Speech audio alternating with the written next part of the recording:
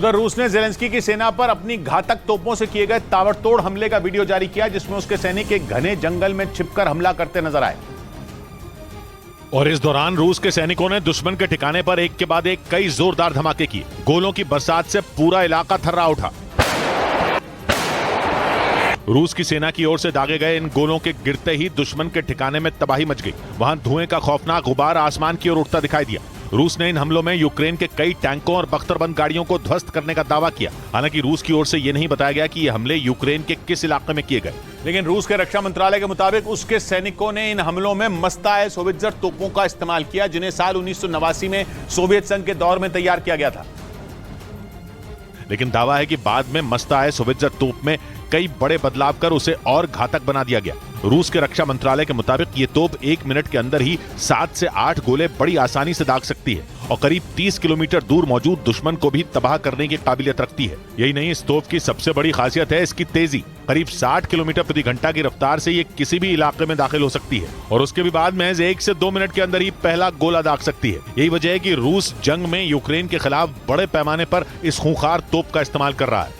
इस बीच पश्चिमी मीडिया के मुताबिक फिलीपींस के मुद्दे पर अमेरिका और चीन में तनाव बढ़ गया। अमेरिका ने चीन को चेतावनी देते हुए साफ कह दिया कि दक्षिण चीन सागर में वो अपनी उकसाने वाली हरकतों को बंद कर दे, वरना अंजाम बहुत बुरा होगा। अमेरिका का यह बयान ऐसे वक्त में आया जब दक्षिण चीन सागर में चीन और फिलीपींस के बीच तकरार युद्ध के मुहाने तक पहुंच चुकी है। पश्चिमी मीडिया के मुताबिक 2 दिन पहले अमेरिका और फिलीपींस ने सैन्य सहयोग बढ़ाने के लिए 6 पन्नों की नई गाइडलाइंस पर सहमति जताई, जिसके तहत दक्षिण चीन सागर में फिलीपींस के साथ अमेरिका सैन्य सहयोग और ज्यादा बढ़ाएगा, जिससे चीन की विस्तारवादी नीति पर नकेल कसी जा सके। असल में चीन फिलीपींस और अमेरिका के बीच हुई मिलिट्री ड्रिल के बाद बेहद गुस्से में है। पिछले हफ्ते समंदर में उसने फिलीपींस के एक जहाज का रास्ता तक रोक दिया था, क्योंकि वो लंबे वक्त से दक्षिण चीन सागर को अपनी जागीर समझता है और उसे इस इलाके में किसी की दखल बर्दाश्त नहीं। इसी वजह से उसने एक साथ कई देशों को अपना दुश्मन बना लिया, जिसमें फिलीपींस, वियतनाम, मलेशिया, जापान और ब्रुनेई जैसे देश शामिल हैं।